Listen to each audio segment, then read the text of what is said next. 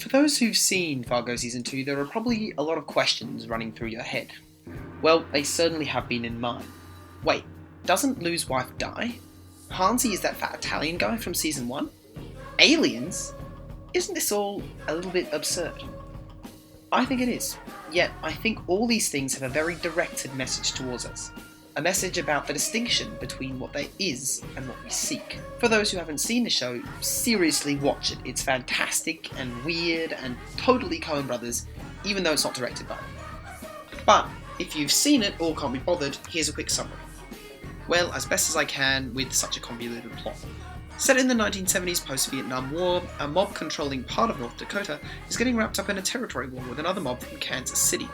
While this is happening, one of the brothers in the Dakotan crime family gets killed in the hit and run by a woman named Peggy, who then gets her husband and local butcher Ed to go finish the job and hide the evidence. However, as you might expect, things don't go according to plan, and the two get hunted down by the mob. Meanwhile, again, we have the main character, Lou Solverson, a Vietnam veteran, now police officer, trying to help Peggy and Ed survive, and keep justice in a place where the body count is swiftly mounting. A Native American named Hansi in the Dakota mob, tired of doing their dirty work, tracks down Peggy and Ed when they escape, killing and betraying his ex-employers, and then attempting to hunt down the pair again after showing them his true colours. Aliens arrive during the massacre Hansi starts, seemingly watches from above. Peggy goes insane, Ed dies, Lou's wife has cancer but doesn't die, and we are left on a note of only partial resolution. Okay, that's literally the bare bones of it. Let's start analysing.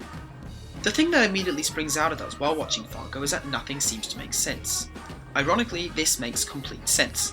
Fargo Season 2 is about absurdism. People know nothing, can explain nothing, can find no solid meaning to offer them solace in an eclectic and changing world. Not even our guides and mentors know what is going on. See, for example, this brilliant scene with Bruce Campbell playing Ronald Reagan.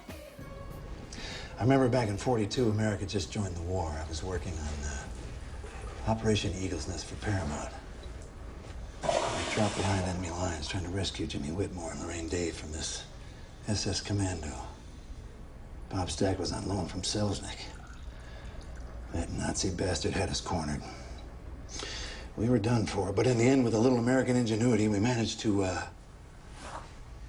Oh, no, wait a minute.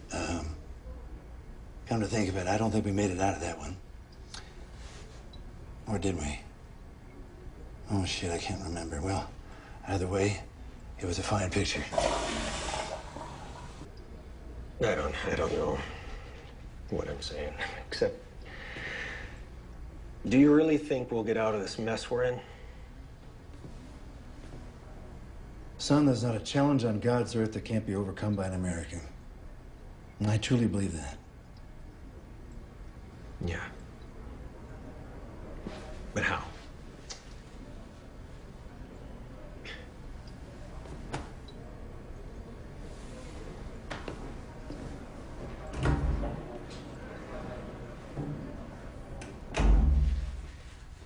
Throughout the show, Reagan is consistently portrayed as an impressive, though ultimately worthless facade. Indeed, Reagan is constantly correlated with imagery, such as his campaign posters or his movies, which, by the way, appeared in the original Fargo. However, these images are just as hollow as his answers to Lou, and this is shown through Fargo's framing. The motif of reflections throughout the scene introduces us to the idea of facade and reflection, and either Reagan or Lou almost always have a reflection in the shot, but crucially, almost never together. Reagan has one here while Lou doesn't. Lou has one here, but Reagan doesn't. And this symbolises the inevitably shallow, unbalanced conversation that goes on between the two. While Lou tries to connect to receive guidance on a deeper level from the man that will someday lead his country, Reagan can only speak in cliches, drawing not from reality but from the pictures he's been in. This is important. It shows that the confidence and knowledge these men seem to possess are not real. The only thing Lou is able to reach is Reagan's carefully constructed presidential image, and when we finally get the two looking each other eye to eye, and Reagan attempts a fatherly pat, it is caught out of frame. The gesture is meaningless and intangible. Our leaders are stuck in the same bizarre, absurd world that we are. Then, of course, there is the reoccurring symbol of aliens present throughout the series. What do they represent? In both cases where we see them, they come during scenes of great violence, and cause us to stop and look up in wonder. Could this be them judging the human race, fascinated by why we kill each other, stuck in our pettiness? Indeed, structurally, the aliens have very little plot purpose.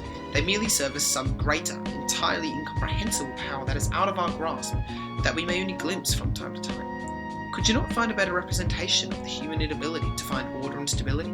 We are too immature, too woefully ignorant, to even understand purpose or meaning or reality, and yet we are fascinated by the thought of aliens, wondrous towards them. Even when the aliens aren't physically present in the series, they still act as a sort of mental motif throughout the series as a whole. In this general store, on Molly's drawings, in this 80s rock version of War of the Worlds playing at the end of this episode. Eyes, and slowly and surely they drew their plans against us.